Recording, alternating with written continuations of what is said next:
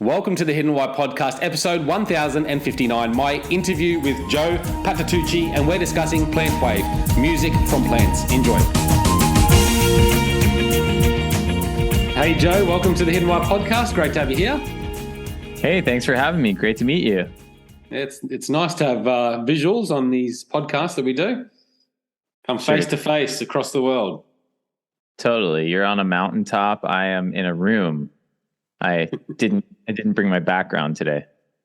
I like the Zoom background so you can put anything in there. Which is great. Joe, so whereabouts are you? I am in Austin, Texas. Austin, Texas. Born and bred? No, I've bounced around Earth. I grew up in the northeastern United States, like New York and Philadelphia, then moved to LA and spent some time there. And finally, just in the last 6 months, I moved down here to Austin, Texas. It seems to be the place that everybody's moving. What's that? You know, when I was in LA, there's a big kind of health and wellness scene. And when the pandemic hit, a lot of the infrastructure for that disappeared. So like yoga studios and places like that. A lot of the people that were in that kind of work, a lot of those people just fled to Costa Rica or other places. And I guess Costa Rica is pretty popular too, huh? It is, yeah, definitely. So I think since Austin and Texas mostly stayed open, a lot of people ended up coming here. So it actually has like a really great scene, and a lot of really interesting people have ended up here. Wow. Yeah. Good things come from crisis sometimes. Yeah, it's really funny because I'll go to a spa or something, and I'll just run into 10 people from 10 different times in my life, other parts of the world, and we're all here, and we're just like, whoa, okay, all right, something's happening. There you go. So tell us, just going into that, because that sounds like an interesting topic, and I'd love your perspective on it. With that pandemic, what was your experience? The goods and the bads. Yeah, my experience, it was quite disruptive to my routine. Obviously, most people, Yeah. But I lived on the beach in Venice, and every morning I would swim in the ocean every single morning, no wetsuit, and just be out there, and it was really good for me. And in the beginning days when they weren't sure what the heck was going on, they closed the beaches, so you weren't allowed to actually even go in the water. So it was like threatened with like a $3,000 fine the first day. And what was funny is you were allowed to walk around other places. So the beach, you could easily distance from other people, but on the streets, you couldn't. So it was like, wow, the one place that feels safest here, I'm not allowed to go. And it was the one place that was my sanctuary every morning. So it was a bit disruptive, but then once people were allowed to move around a little more, I found that I just felt really blessed to live where I lived, because I didn't, gyms were closed and things, but I could go swimming every day. I could run on the beach every day. I could go rollerblading every day. And so that was a blessing. And then over time, So you lived in Venice? I was living in Venice. Have you been there? Yes. Yeah, we have. Yeah. Well, nice. Back now. Probably 10 years ago. Okay. So, yeah. Yeah. Pretty cool spot. Yeah. Never swim in the ocean, mind you. Oh, okay. Yeah, I mean, there's lots of friends there. Got dolphins and sea lions. Yeah, right. Lovely. We swim in the ocean here sometimes, but it can be a bit hairy. Mm-hmm. Oh, yeah. That.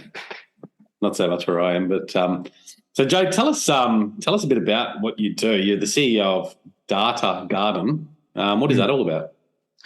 Yeah, so we make music from real-time data streams. So many of your listeners may be familiar with data visualization. That is basically taking data and making it into a visual. So you're familiar with like weather maps and graphs and things like that.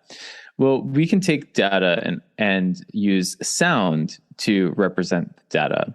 And so that's what we do at Data Garden. And we specifically focus on real-time data streams from biological systems. So we make music from can make music from heartbeats and things like that. And we are most known for PlantWave, which is a device that translates plant data into music. Wow. Okay. Connecting to the earth and using the earth to power some music. Is that? Yeah, it's basically, the way it works is PlantWave connects to a plant with two sensors. And then we're measuring these slight changes in conductivity through the plant. And so as the plant is photosynthesizing, it's moving water around. And so the amount of water between the 2 points is changing. And so as we graph that over time, that is a wave. We translate that wave into pitch because, a note is a wave. So we translate the wave into pitch, and then we route the pitch messages to different instruments. So basically, a plant doesn't sound like a piano or flutes, but with PlantWave, you can get your plant to play a piano or flutes. So the result is this continuous technical. Well, the simple thing, if you want to think of it this way, you could almost think of it as the plant is kind of playing wind chimes with its own biological system. You could think about this as your own heartbeat, or your own breathing rhythm. If you could translate that into a note, that's basically what we're doing. And it gives people a really cool experience of seeing how active plants are, because every single note is an expression of something happening in the plant. So, wow. Yeah. Who came up with this idea? Has it been around a while? Or? Well, it's an evolution. I mean, I worked on it with some friends about 10 or 11 years ago. It was inspired by early work in plant consciousness studies that were being done in the 60s and 70s. There is a researcher by the name of Cleve Baxter. He was a polygraph expert who experimented with connecting plants to lie detectors to look at how they respond to different stimuli. And so in his research, he had these experiences where the plants seemed to respond to, for instance, his idea to tear the plant or light a fire to the plant to experiment with whether or not the plant was conscious. Now, a lot of these experiments haven't been able to be replicated, but what's cool about it to me is that the plant clearly has a biorhythm that can be expressed as this graph. And so for me as a sound artist, I saw this and I saw these waves and I thought, oh, we can use that data and express it as music. And what would that be like? What kind of experiences could we create with that? So it was really just it was a fun art project. And then it ended up changing my life because I saw that plants, I started to have those experiences that Cleve Baxter had, where I'm not going to threaten a plant to burn it or anything, but I would notice that plants seemed to respond. The music would change when certain people walked into a room when I did an exhibition at a museum. And so you're still plugged into the plant, alive sort of thing. Mm-hmm. So it's live data feeding in through to the music. Correct. And you can then notice the environmental changes the plant reacts to it. Yeah, exactly. Wow. Yeah. So it was crazy because I was sitting there and all of a sudden the music would completely change when someone walked into the room. And this didn't happen with everyone. I had thousands of people coming through this room checking it out. And every once in a while, the music would have a huge shift. So I would walk over to the person who it seemed like initiated this shift just by their own presence. And I would ask them, say, hey, this might sound crazy, but when you walked into the room, the plants completely changed what they were doing. And they would say things like, oh yeah, that makes total sense. I'm an energy healer, or I'm a Reiki master, or I'm a botanist, or I'm a florist. So these people that had deep relationships with plants or were finely attuned to subtle forms of energy.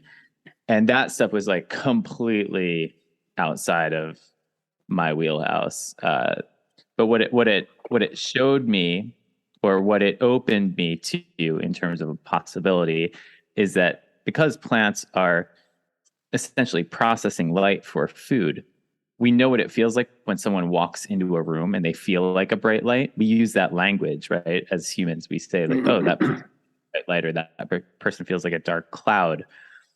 Well, plants are processing light within our visible light spectrum and outside of it. So it could be possible that actually the humans bringing different energies into a room are actually affecting plants, and that when people say that talking to plants can help them grow, it might not actually be the sound. It could actually be kind of the feeling that you're bringing to a plant.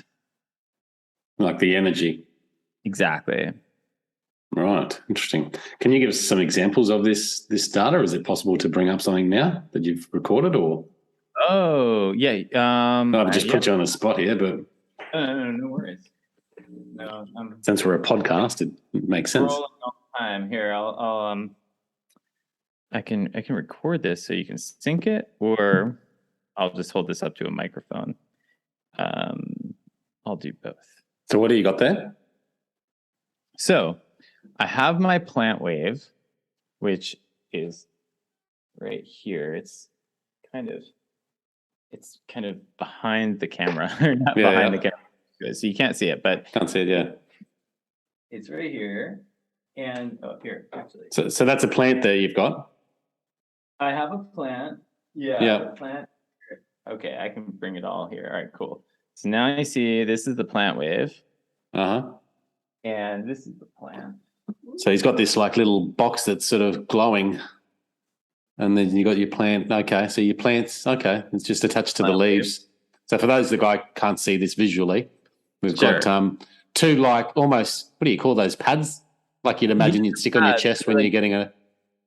Yeah, they're TENS pads. They're used for lots of things. They're used for like EKGs and for massage, kind of electrical stimulation.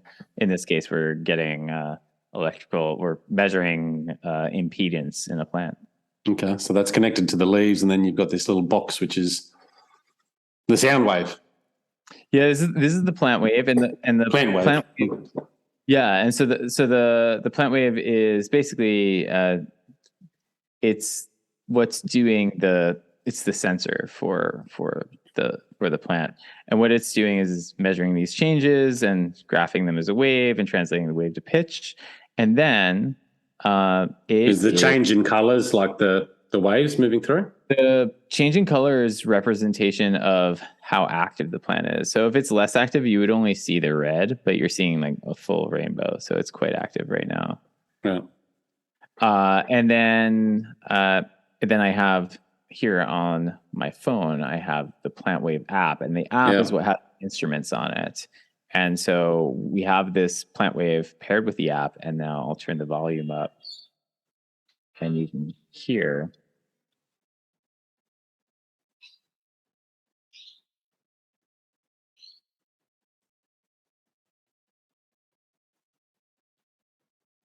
And then when I touch it, you'll also hear more changes. We can't quite hear. Oh, there it goes.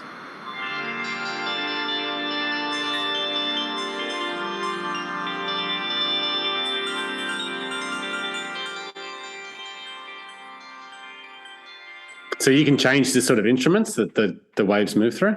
That's correct. You can change the instruments. So I'll try another set of instruments here. This other one, and they all have different names, and they all kind of have different use cases.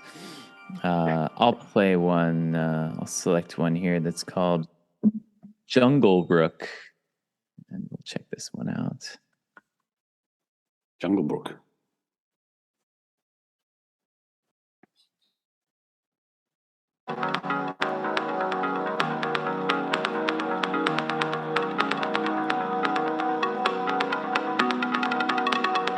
So every single note that you hear there is actually an expression of a change that's happening in the plant. And then the rate at which the notes are playing, that is, so I basically scale the data so that it's in a key, and then I choose how often the plant is allowed to play a note and things like that. But then every single note that you hear is an expression of the real-time data coming from the plant. Coming from the plant. Wow. It's pretty cool stuff, huh? Yeah. Yeah, and so I'll give you a audio recording of that so you can sync it if you'd like. So who's the key user of this this app at the moment? Well, we have it's pretty popular with people in kind of the wellness space. Yeah. A lot of people are using PlantWave kind of to enhance their wellness practice, whether it's yoga or meditation. People are using PlantWave at home just simply to relax or as background music while they're working. Yeah. They're using it like on the trail or in the garden. Some people are even collaborating musically with their plants, playing harp or playing piano or guitar along with them. Wow. Yeah, I can definitely see it used in the office space or for meditation or yoga purposes. Mm-hmm. Is it just purely plants that you're sort of connecting with at the moment? Are there other living things out there that you like from the earth? Yeah. Plants, I see. We sometimes connect them to mushrooms too. So what's cool about mushrooms is that a lot of times they're growing on decomposing plant materials. So we'll connect connect to different mushrooms, and you hear the connection between those two mushrooms through the plant that's hosting them. It's the sensor was developed for plants, and the software that we built is going to be able to be used for human use as well. So we're going to begin pairing this with human wearables like Apple Watch, Fitbit, and others, so that humans can have a soundtrack to their life that is based in real time on their body's activities to enhance meditation, sleep, focus, all the activities that a human might want to enjoy. Wow. That's pretty cool, huh? Yeah, that's going to be a lot of fun. I mean, if you can just imagine how infectious that kind of music would be. If you think of playlists and things, right? How good playlists have gotten. It used to be, your friend would put together some mixtape or something like that, right? And they would do that, and it would take them hours, right? And then then the iPod comes out, and now you can make these things more on the fly. And then now you have Spotify, and Spotify makes different playlists tailored to your tastes and optimized for different activities. Well, imagine if the resolution of that experience wasn't on the song level, but was on the note level. Like you were getting the note for that moment. We have the technology. The technology is being built that will allow that to happen. And so the idea of kind of a melodic hook that we would love, that would really hit us, we can be generating hits like in the moment through our own body. Mm-hmm. And I guess it would relate to the mood that you're in at the time as well, whether you're working out or meditating or angry or sad. Sure. Yeah, we can have it so it reflects your mood, or we can also have it so it guides your mood. And okay. Usually it would meet you in your mood and then guide you out of it, potentially. Or guide you to wherever you're going. It depends on what your next meeting is. Maybe you have like a jiu-jitsu match. So might have to get you amped up, right? Right. Yeah. Interesting. So what outside Data Garden, what else what are you up to with your work? That's really it. That's your focus. Really that's my focus right now. We're working on bringing some other folks onto the team to build these other kinds of music based on the human body. But the main thing right now is PlantWave. It's we're coming up on the gifting season, so we're in manufacturing right now on a new run of devices, and we're excited to share those with folks. So those will we're in pre-sale right now. So we have that happening, and then I do a lot of traveling. I figured out, I guess my job is to go to beautiful places and connect plant waves and make TikTok videos. Yeah, That's right. my job. Okay. So sounds pretty fun. Cool. Yeah, I'm gonna have to go to wherever that mountain is that you are there, although I don't see many plants. Yeah, maybe down lower. Yeah. Yeah, a little lower. But yeah, so do you find the size of the plant changes the depth of the music? Does it matter, or are all plants sort of? Yeah, definitely hardy tropical plants tend to do best. They usually provide the most variation in conductivity and the most expression. So I really like philodendron and Schefflera. And if you think of plants that there are a lot of these tropical plants that you would find at a garden or even hardware store these days, like snake plants. So those tend to have the most going on. But I also like going to places and listening to native wild grasses and things. Sometimes it's a lot more sparse in terms of its music, but yeah, that's pretty cool. Yeah. So where do people go? I mean, you got a website there that people can have a look at these devices and purchase one if they want? Sure thing. Yeah, you can go to plantwave.com, and there you can pre-order a PlantWave. And we're shipping them in November. They'll arrive for Christmas. We're excited. We're excited to get these out into the world. And what's it made out of, that little box? Oh, that's a great question. So the material is a material that we had. We worked with a manufacturer here in the U.S. to have this material made. It is reclaimed wood filings from U.S.-based sawmills, bonded together with a recycled polypropylene. So it looks like it's like a little wooden box. It does, yeah. That also has kind of echoes of a shape of maybe a Japanese rock garden kind of, or ocean stone kind of feel to it. And but yeah, it's completely made of recycled materials. Yeah, nice. Thought it would be. That's a pretty cool looking box. Yeah, so that's at plantwave.com, yeah? That's correct, plantwave.com. So you can jump on there and check it all out. You got TikTok too, or where do people connect with you and watch your PlantWave can be found on Instagram and TikTok at PlantWave. And then also I have my own TikTok, my own, I don't know how this works, but my own personal TikTok blew up more than PlantWave. So that's cool. But I mostly post PlantWave content on my own TikTok too. And mine is called Nature of Now. So you can find me. That's your personal one, Nature of Now. Yeah. Yeah. So you'll see all the behind the scenes of me traveling and all of that stuff. And sometimes I'll answer people's questions about plant music and that sort of thing. Yeah, I guess people like to connect with the person rather than the brand sometimes, huh? Yeah, 2022. It seems to be the way that the world works, which is nice, because I think it's important to have. I think people hid behind brands for way too long, and a lot of people took advantage of other people by hiding behind a brand. And we're not about that. We're really about being authentic and being out there and putting our. I'm definitely down to put my face on things and just show up and be there for our customers.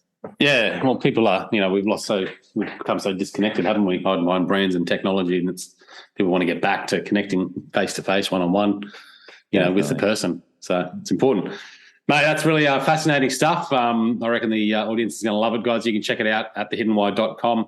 The links will be in the show notes, and this video will be up on YouTube as well, if you want to have a look at what Joe is doing with playing the music and the plant there as well. Joe, thanks so much for coming on today. My pleasure. Yeah, thanks so much. Enjoy the plant music and enjoy your evening. All the best, mate. Thank you, guys, and thanks for listening. Check it out at thehiddenwhy.com. Until next time, peace, passion, and purpose. See you soon. Thanks, guys, for listening to this episode. I hope you enjoyed what you heard. I hope you love what you're hearing. If you like this episode, guys, or any of the episodes that you're listening to here at The Hidden Why, please do me a favor by sharing it. You can share it with your families. You can share it with your loved ones. You can do that by using your favorite social media channels, using the icons on the platform that you're listening to The Hidden Why podcast. Also, guys, if you're a fan of the show, please connect with me. Connect with me at thehiddenwhy.com. I love to hear from you. I love to converse with the people that listen to this show to find out what they enjoy, what they don't enjoy, and perhaps if they have any questions or feedback for the show as well. You can stay up to date with all that I'm releasing here, guys. I do a solo show every Monday, a 3-minute thought every Thursday. I do 2 interviews a week on a Wednesday and a Saturday, and a book review every Friday. You can stay up to date with all that by subscribing to my newsletter at thehiddenwhy.com. Just enter your email address there, and also subscribing to the podcast on the platform that you choose to listen to your podcast. You can also support the show, guys, by using the Amazon links at thehiddenwhy.com. So if you like books, you can get all the books that I review there, and anything else really that you like to purchase through Amazon. So use that link, it helps support the show. And we've also got a deal with Audible, guys. Audible is a fantastic way to listen to all your favorite books. We've got a deal with them so you can get 2 free books when you subscribe, or subscribe to a 30-day free trial. So check that out again at thehiddenwhy.com. Guys, that's it from me. You know what to do. Go out there, breathe more passion into every single moment. Do everything with greater purpose, and in doing so you will discover your hidden why. This is The Hidden Why. My name's Lee Martinuzzi. Until next time, peace, passion and purpose. See you soon.